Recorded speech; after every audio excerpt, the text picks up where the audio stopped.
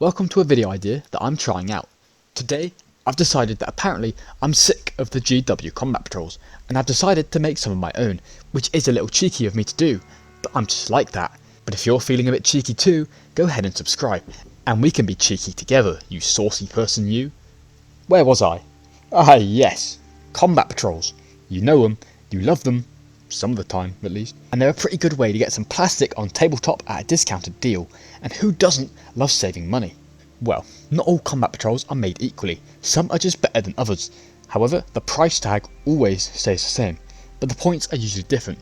But most combat patrols are below 500 points in game and around the 450 point mark, so for this video, this will be the sort of points costs that I'll be aiming for.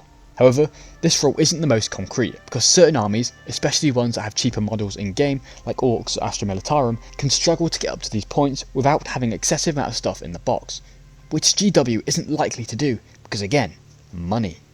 So I will try and play by their rules, because I wouldn't want to be too unreasonable with what I give in the box. A lot of new 40k releases have been in the form of combat patrols, so like all of those Space Marine chapter specific ones that we've been getting, a Drukhari one has been revealed, and most recently the reveal of a Harlequin one and a Death Corps of Krieg one, which I find to be of particular interest because these aren't their own armies but rather sub-factions of larger armies, so the Eldari and Astra Militarum respectively, which hopefully sets the precedent that combat patrols can be done for sub-factions within armies rather than always being about just the army as a whole, if that makes sense. With this in mind, I would like to introduce you to my first combat patrol, being a Catachan focused combat patrol for the Astra Militarum. As it currently stands, the Cadians, Death Corps and Catachan are the only remaining sort of sub-factions within the Astra Militarum, whereas back in the day we had things like the Valhallan Ice Warriors, Talarn Desert Raiders, Mordian Iron Guard and my personal favourites, the Praetorian Guard, just to name a few. I swear I'm young, but I feel old as hell when I say this, but all of these sub-factions and the ones I didn't mention aren't sold anymore. In fact, I don't think the Praetorians have been sold since the 90s, which really does suck, because these are such cool parts of the Astra Militarum that you just don't get to see anymore. But back to my point, the Catachan are still sold, but their models are extremely outdated, but they are still around, and the other two Astra Militarum sub-factions got combat patrols. So let's give the Catachan one. There isn't really too many Catachan units to pick from, but I'll start with a Catachan command squad for 65 points, which gives you a Catachan commander with a variety of loadout options, and then 4 veteran guardsmen with a big selection of special weapons, or you can equip them with the Master Vox, Many-Pack and Regimental Standard, which are all pretty good. The most important part of this unit is the commander though, who allows you to access the Astra Militarum army rule of Voice of Command, which lets you issue orders like move move move and first rank fire, second rank fire, and this is just so incredibly important for a guard list. Next, I've got a squad of Catachan jungle fighters, also at 65 points, which the command squad can actually lead if you wanted, and I should have said before, but all Catachan units have the scout keyword, so they can set up further into the battlefield, which can be pretty useful for getting to objectives and stuff quicker, and these guys get the jungle fighters ability, where if they charged, they add 1 to wound, and the Astra Militarum aren't exactly known for their melee prowess, but every little helps. Anyway, in this squad you get 10 lads, and for every 5 they can be equipped with a heavy weapon, but for some reason for this squad they only get access to a flamer, so you get 2 flamers basically, because you can't choose anything else like a plasma gun or grenade launcher, but at least you can have a Voxcaster. For the next unit, I've gone for some slightly heavier weapons in the Catachan heavy weapon squad, which is also 65 points, and you get 3 weapon teams where you can decide what weapons they have, so your options are heavy bolters, autocannons, las cannons, missile launchers and mortars, and you can mix and match them, so you don't have to have 3 of the same one, which is pretty fun. These guys also have the Scouts keyword, and their ability is Bring It Down, which allows you to reroll hit rolls and wound rolls of 1 against monsters and vehicles, and that does seem pretty Catachan-y of them. For the next unit I've gone for a Scout Sentinel, which, go figure, can scout, but it's a 9-inch scout move instead of the rest who have a 6-inch one.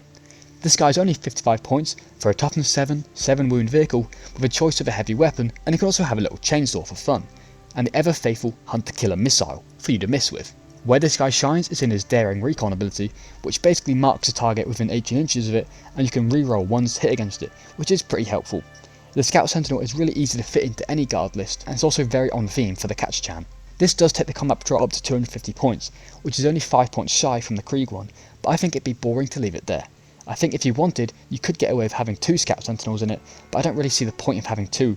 I'd have Sly Marbo, who's the only Catachan character model left, and at 55 points he can infiltrate and has lone operative, and he can use his ability, like fighting a shadow, to move around the board, and one-man army with precision to pester some enemy light infantry if you're lucky. but this guy's really good at doing secondary objectives and is very fun to use. If I could get away with adding another unit, even with Sly Marbo, the points cost is only 300, a couple hundred shy of normal combat patrols, but that tends to happen with cheaper armies anyway.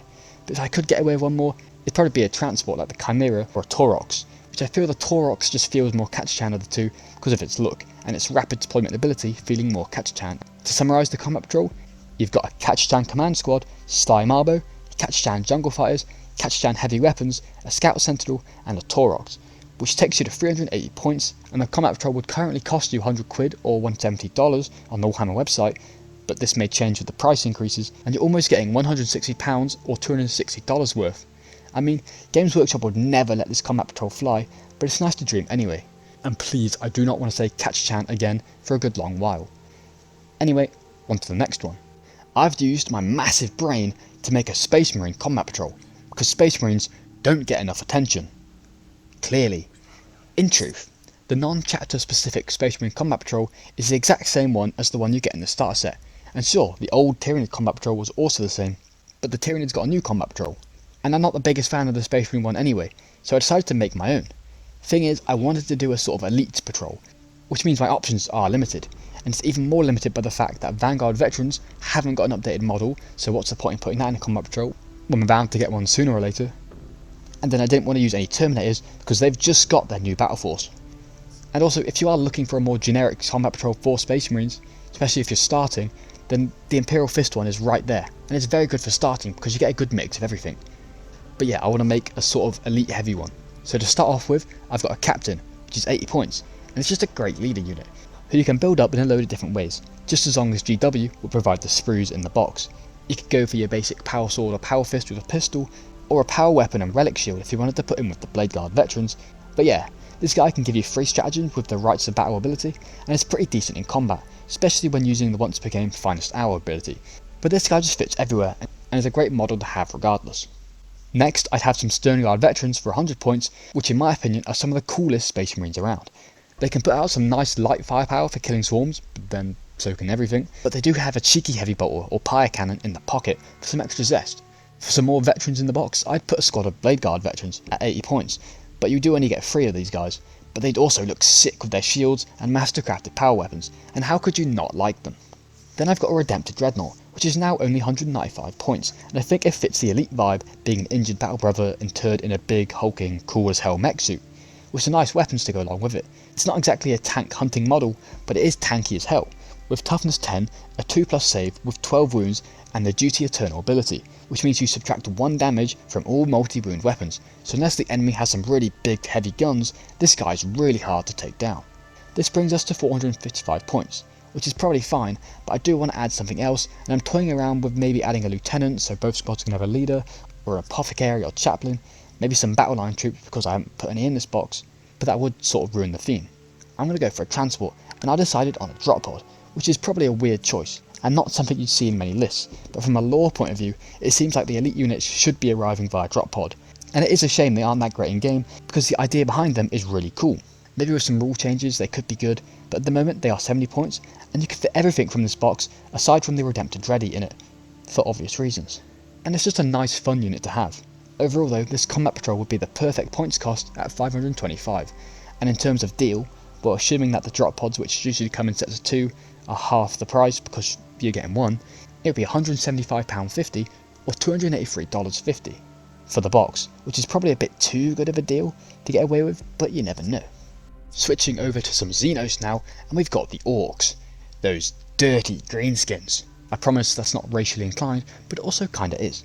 I don't really know too much about the Orks, but their current combat patrol is fine, I think, but it does seem a bit too tribal, sort of too snakebitey, because it consists of a beast boss, 20 beast snagger boys, and some squig hog boys. And I'm not saying that's not interesting, but for it to be the only combat patrol available, it's a bit odd.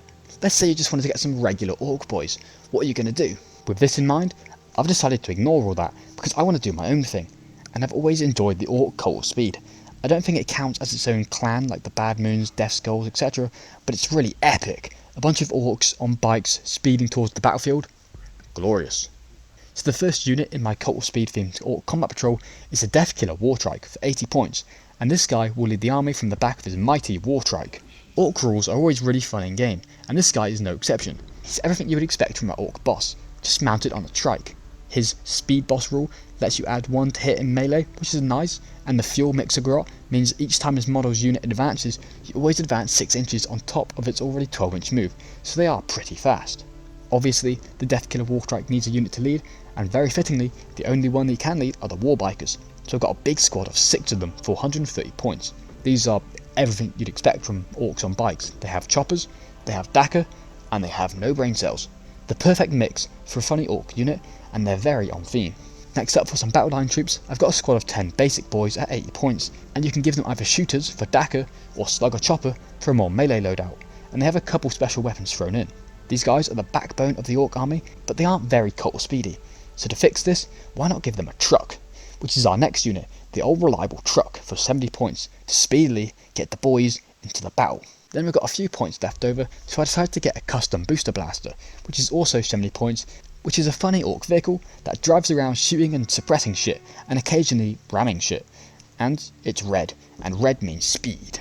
That takes us to 430 points, so maybe we can squeeze in one more unit, and I want someone to lead the boys, but who is still on theme, so I've got a big mech at 70 points, because someone needs to look after the vehicles, and it just so happens he can lead the squad of boys into battle too.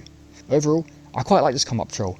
I don't know how good it'd be in game, but it is fun, and that's the main thing, especially for Orc players, because I've seen that their armies aren't too hot competitively at the minute, so unfortunately it's the one thing they've got going for them, being funny.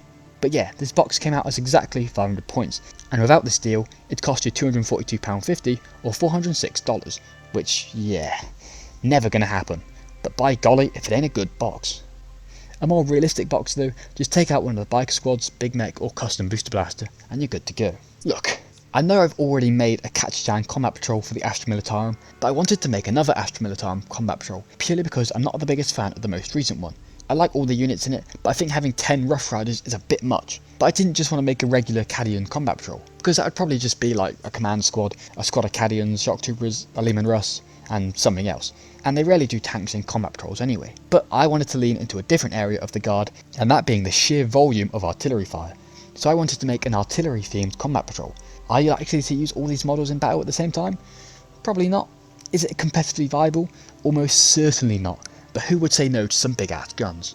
First of all, I think there still needs to be some sort of leader, and sure, command squads are really good, for commands, but it feels cheap to just shove in another command squad, so I've selected a Tech Priest Engine Seer, who's only 45 points, and he can buff up some vehicles by healing them, and this isn't really a vehicle based combat patrol, but I will include some in it, so he actually will have a job to do. Then I've got some basic Cadian Shock Troops at 65 points, who are good in game with their sticky objectives, but they are in this patrol sort of to act like the guards for the artillery. Then I've got a Basilisk, which is one of my favourite Astra Militarum vehicles, at 140 points, and it has a big ass Earthshaker cannon, but it can get around with its tracks too. I don't think it's great competitively, but I think it works casually, and it's also really fun to have, so there is that. Then I've got a Field Ordnance Battery at 110 points, which gives you 2 big guns, and you get to choose between 3 different options. So you've got the Bombast Field Gun, Heavy Las Cannons, and Malleus Rocket Launchers, and they're basically the next step up from the basic heavy weapon squads that you get, and they're a good fit for the theme.